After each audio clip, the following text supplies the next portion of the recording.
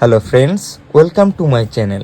এই ভিডিওতে আমি আপনাদের দেখাবো কিভাবে আমি সিম্পল স্ট্র্যাটেজি ইউজ করে এক মাসে 56,000 টাকার প্রফিট বুক করেছি।